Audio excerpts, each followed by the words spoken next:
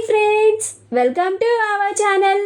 గుండె నిండా గుడి గంటలు సీరియల్ నెక్స్ట్ ఎపిసోడ్లో ఏం జరగబోతోందో ఈ వీడియోలో చూసి తెలుసుకుందాం. రోహిణి గొంతు పట్టుకున్న ప్రభావతి అసలేం జరిగింది అని తెలుసుకోవడానికి ఈ వీడియోని స్కిప్ చేయకుండా ఎండ్ వరకు చూసేయండి. మనోజ్ రోహిణి పార్లర్ని ఫ్రాంచైజ్కి ఇచ్చిందని, ఇప్పుడు పార్లర్కి తన పేరు లేదు అని వచ్చి ప్రభావతితో చెప్తాడు. అప్పుడు ప్రభావతి అందరి ముందు రోహిణిని ఒక్క మాట కూడా అనకుండా, అమ్మ రోహిణి, నువ్వు ఏం చేసినా దానికి కారణం ఉంటుంది కదా అని చాలా సునాయసంగా మాట్లాడి కోపంగా పైకి వెళ్ళిపోతుంది. ఇది చూసి మీనా, ఇదేంటండి, అత్తయ్య గారు రోహిణిని ఒక్క మాట కూడా అనలేదు అని అంటుంది. అప్పుడు బాలు, తుఫాను వచ్చే ముందు వాతావరణం కూడా ఇలానే ప్రశాంతంగా ఉంటుంది మీనా అని అంటాడు.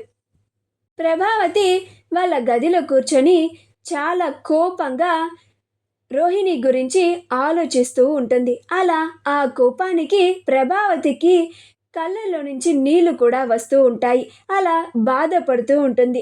ఇన్నాళ్ళు నేను నా మలేషియా కోడలు, నా కొడుకు అని వాళ్ళిద్దరిని ఎంతలానో అందరి ముందు సపోర్ట్ చేశాను. కానీ వాళ్ళిద్దరూ ఇలా నాకు తలవంపులు తీసుకొస్తున్నారు అని చాలా కోపంగా ఉంటుంది. అప్పుడే రోహిణి ప్రభావతి దగ్గరికి వెళ్ళి, అత్తయ్య అని అంటుంది. అప్పుడు ప్రభావతి ఒక్క చూపు చూస్తుంది. ఆ చూపుకి రోహిణి ఒక్కసారిగా ఉలిక్కి పడుతుంది. అత్తయ్య అని మళ్ళీ పిలుస్తుంది. అప్పుడు ప్రభావతి, ఏంటి చెప్పు రోహిణి అని అంటుంది. అప్పుడు రోహిణి, ఈ విషయం నేను మీకు ముందుగానే చెప్దామనుకున్నాను అత్తయ్య అని భయపడుతూ అంటుంది. అప్పుడు ప్రభావతి, ఎప్పుడే, ఇంకెప్పుడు చెప్పేది అని ఒక్కసారిగా అరుస్తుంది. అప్పుడు రోహిణి చాలా భయపడిపోతుంది. ఇన్ని ఏళ్లలో ప్రభావతి తన మీద ఎప్పుడు కూడా ఇలా ఒక్కసారి కూడా అరవకపోవడం వల్ల రోహిణి చాలా భయపడిపోతూ వణికిపోతూ ఉంటుంది. అప్పుడు ప్రభావతి, అయినా నువ్వు ఈ విషయం నాకు ముందుగా చెప్పకుండా ఇలా అందరిలో నిలబెట్టి నాకు కూడా వాళ్ళతో కలిపి చెప్తావా అని అంటుంది. అయినా పార్లర్కి నా పేరు తీసేసే ముందు నాకు ఒక్క మాట చెప్పాలి అని కూడా అనిపించలేదా?